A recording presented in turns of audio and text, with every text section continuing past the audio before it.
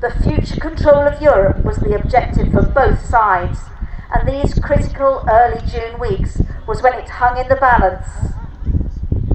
Let us portray some of the localised battles for you here today.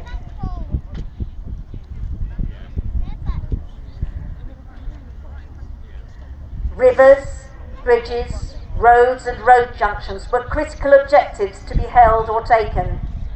In front of you there is one such critical road junction. Control of it is necessary to get men and machines to or from the coast, depending on which side of the conflict you are on. To the left of the main crossroads and village, a small mixed detachment of German troops have come out of cover as they move closer to the coast. They are on edge and know there is potentially enemy everywhere. They know the importance of striking hard and fast. They have no clear information on the strength or location of their enemy, but they know they are close. The threat of aerial attacks also means they have to be very cautious. They had learnt in the first few days just how effective the Allied air forces could be. Hunted from the air and opposed on the ground, their objectives would be difficult.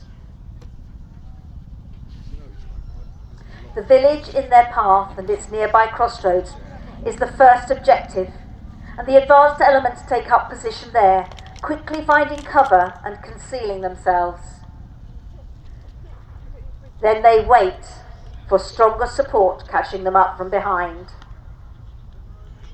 For their part, Allied troops have advanced towards their assigned objectives, and using the blitzkrieg tactics used by the Germans in 1940, they know to probe for any weakness, but to keep moving. They also know that they have a wide range of weapons to call upon, such as fighter and fighter-bomber aircraft overhead, as well as powerful ships' artillery offshore. Each advance group has spotters attached who could zero on these weapons quickly and very effectively.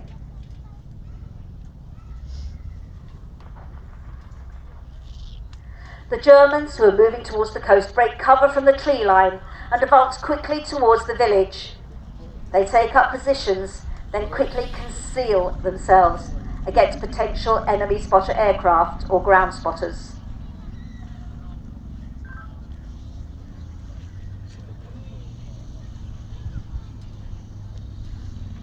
As they do so, an Allied reconnaissance force leads the way in this little patch of Normandy countryside, confident that they have the support of their heavy weapons behind them, but also aware that if they get into a close-range fight with the Germans, those weapons could not be used.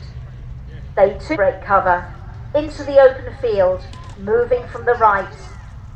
They decide to split their advance and approach the village from both sides. There is no sign of the enemy as they do so.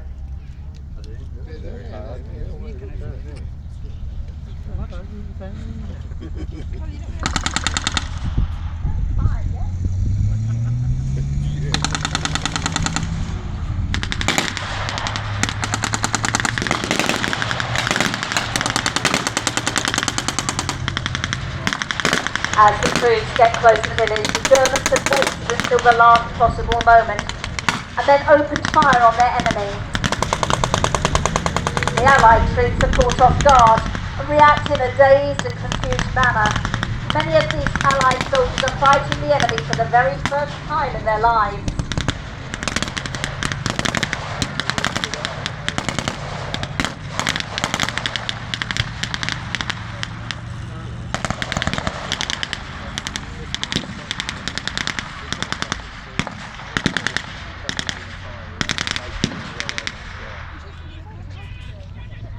Assuming that there is a strong German force in the village, the Allied troops return to their own lines, carrying the messages and information.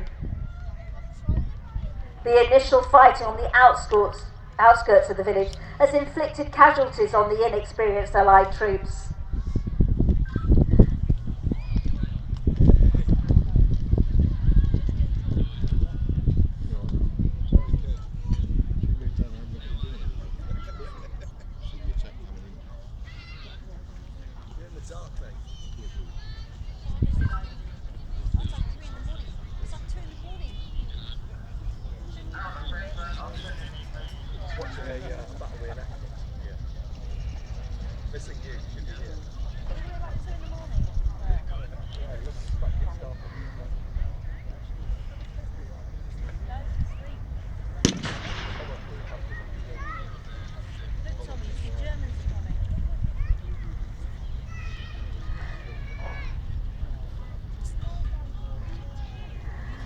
The Germans, now very aware that the enemy is in their sights, bring in further reinforced. Troop tank is coming in from your left, ladies and gentlemen.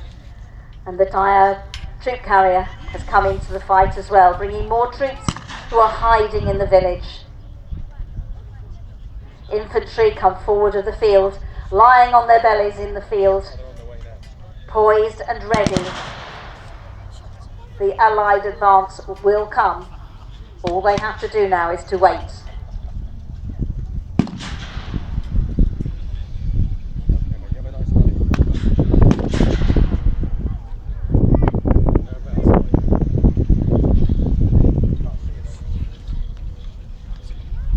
I've got to take some footage now.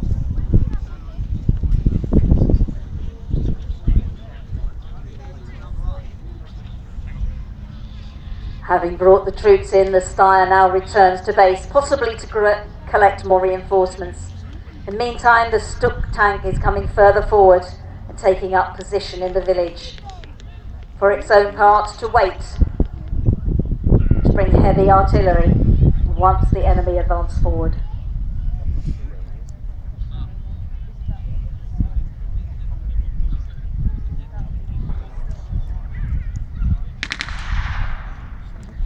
Do you look to your right, ladies and gentlemen? The Allies in their turn are now bringing in more troops. They start to engage fire.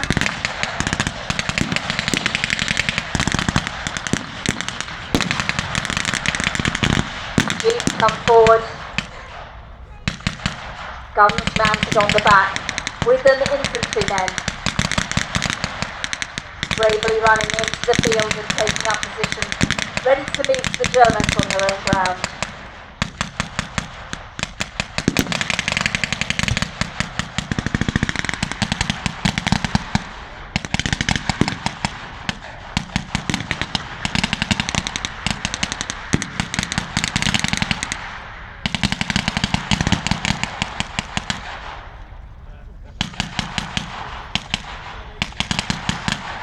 In front of us we can see American airborne. They're firing their 50-pound machine guns.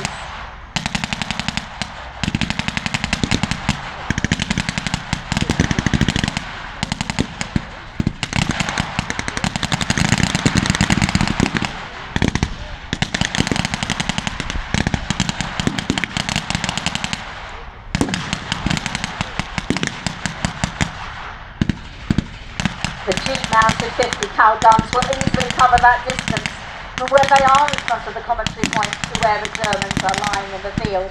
However, the Steyr has brought in yet more German troops. The Allies are now vastly outnumbered.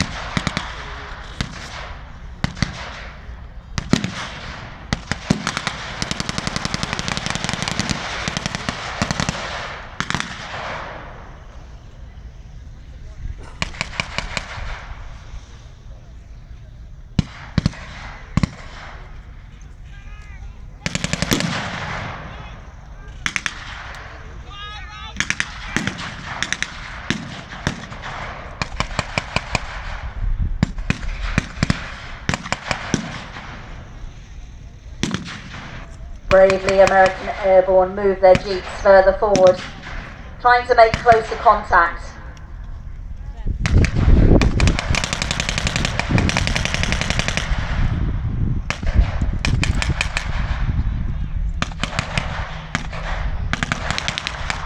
Behind them, the American M8s entered the battle, hoping to reinforce those at the beginning. Airborne seamen coming, vastly relieved to see this heavier firepower coming forward.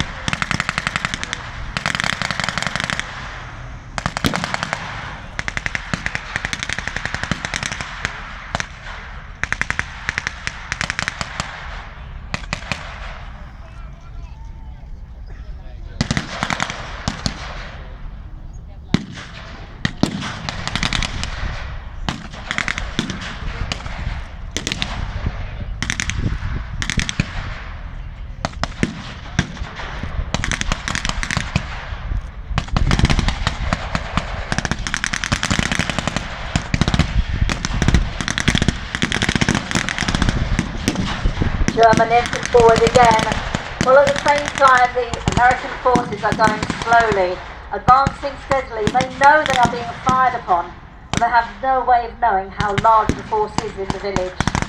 They feel very exposed and in the open, whereas the Germans have the cover of the village buildings.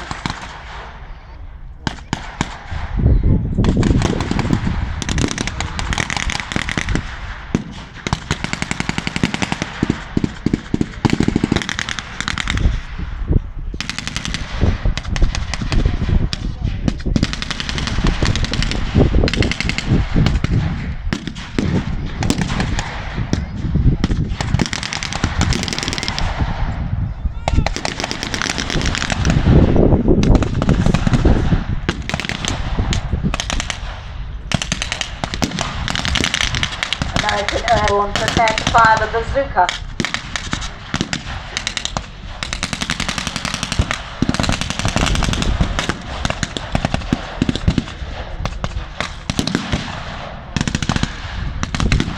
They continue to press forward, closing the gap between themselves and village. There is still that vast no man's land between the two forces.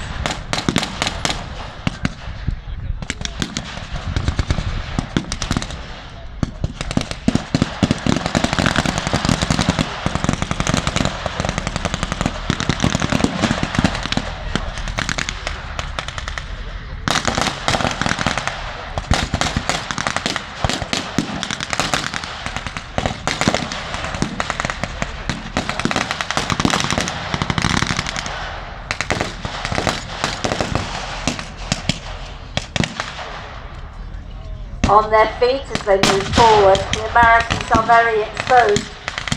But their counterparts from the German infantry have dug in. They now withdraw, but only to regroup to take shelter, reassess their weaponry and dig in yet again.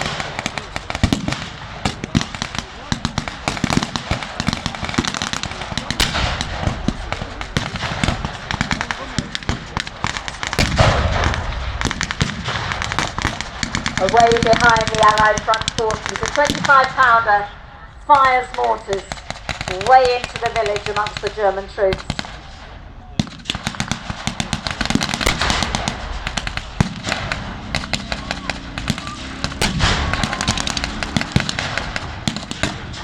That 25-pounder is aimed to take out the Stubb tank, which in its turn is pressing forwards.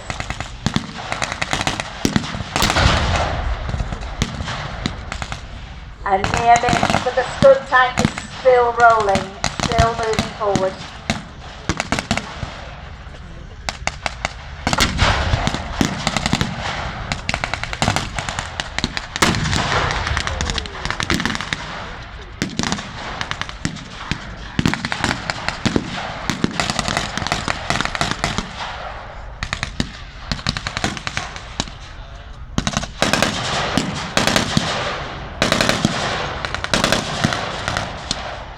To your left, you'll see a battalion of the British Tommies coming forward. Again, adopting the plan. Move forward, lie down, take aim and fire. To the rear of the field, yet more Allied troops are marching into the field.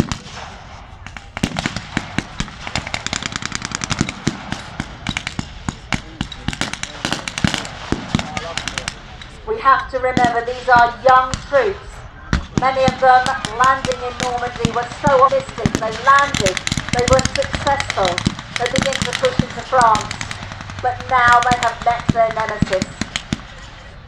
Serious resistance. The Allies begin to take casualties.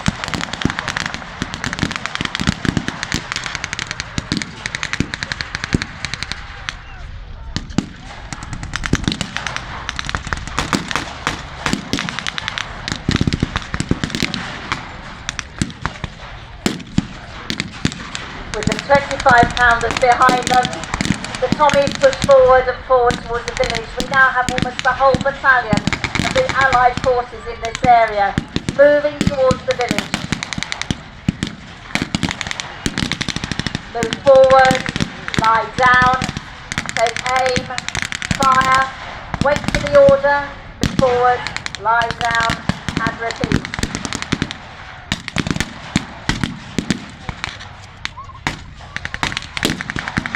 The 25-pounder is reloaded. The aim is taken. The target is the German Stug.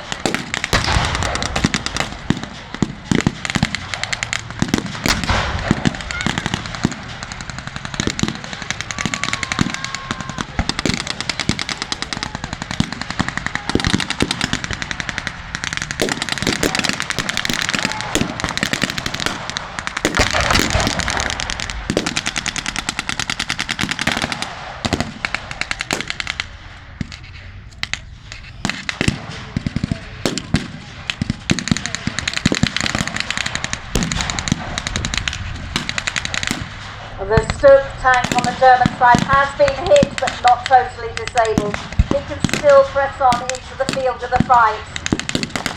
Stranded on the outskirts of the village, the inexperienced Allied troops are suffering heavy casualties. The commanders on the ground are trying to react, but some of the orders are confusing. The Allies try to gain control, but some of their men are beginning to fall back under the withering enemy fire. They have to quickly consider which additional weapons they can call upon. However, everything seems to have been brought forward.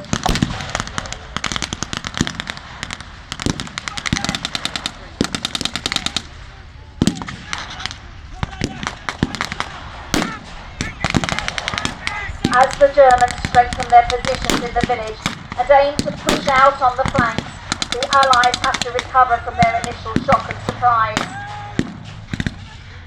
However, there are no more reinforcements. The advanced force commander relays the situation. They have to plan their next moves.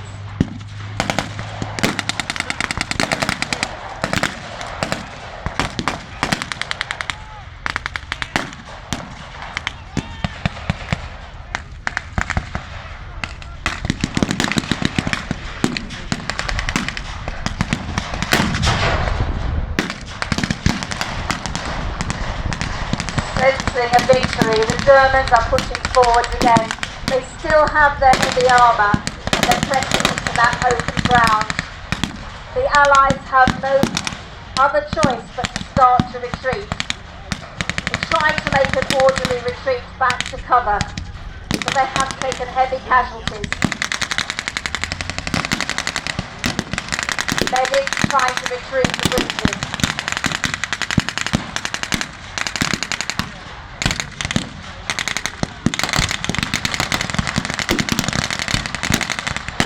The orders are given. Instead of move forward, lie down, the order is given to retreat. Cover, retreat. As one group moves back, those behind them cover them. They then lie down, allowing others to retreat. The vehicles are now all in reverse. A few casualties are left on the ground. If dead, they will be searched carry maps or papers. If alive, the rules of war say they must be taken prisoner. So will the rules of war be obeyed?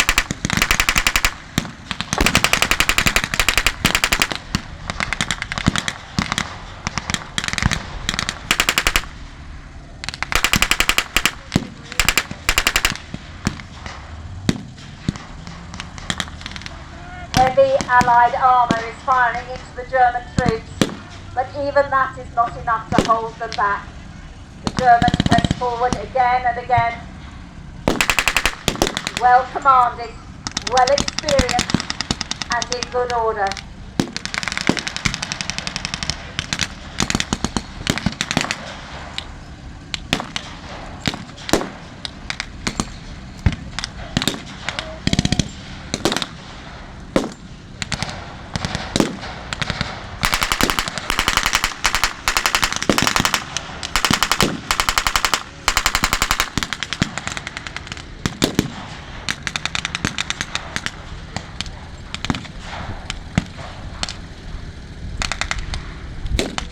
As the Allied armour lines up, hoping to cause defence for the troops behind. The German Stuck tank, although injured in some of the volleys of weaponry, is still moving forward. It still poses a significant threat.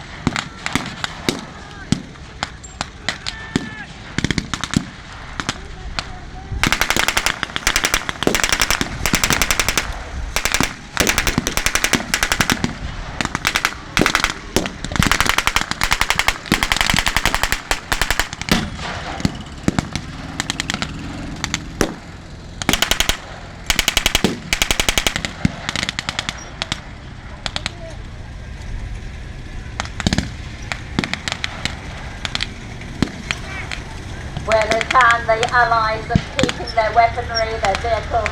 They are retreating, hoping to reconstitute and fight another day. If captured by the Germans, these very weapons and the armoury can be turned against them.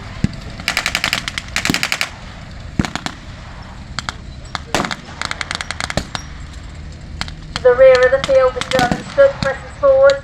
Right in front of us, a German half-track comes forward.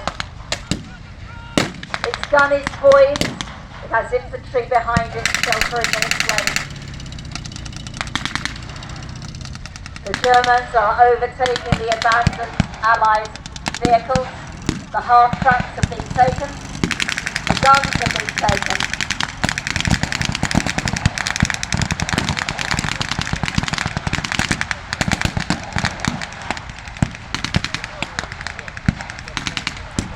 The Allied troops have had to retreat, to disperse into the trees. But make no mistake, the German troops will seek them out.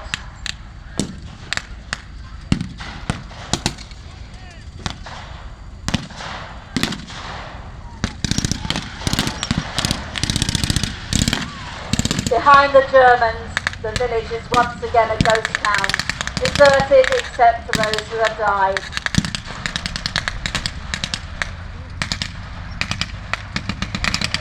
The Allies retreating, melting into the woods, racing away as fast as they can to safe areas.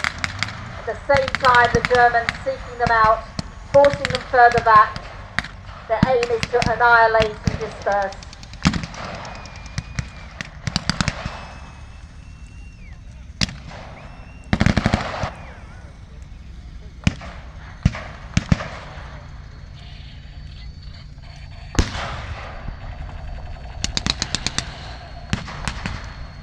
The Allied moves here do not meet with success, and the very experienced German troops manage to hold village and the vital crossroads nearby.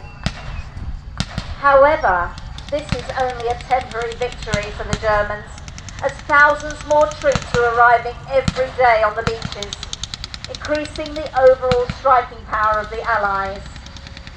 At this stage in the war, the Germans have got nothing to match this force, and can only hope to delay the Allied advances. The final Allied victory is many months away yet, but the vital foothold in Western Europe has been achieved and will form the base from where all further Allied advances are made. This is merely a hesitation. It's a victory today for the Germans on our side, but not the eventual story of the war.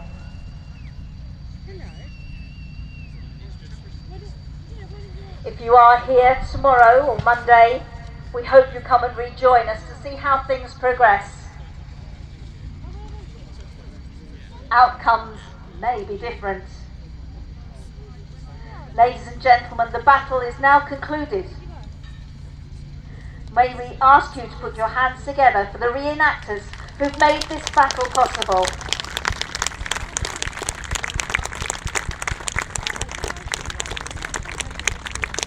Thank you. Please stay where you are as the reenactors would like to salute you.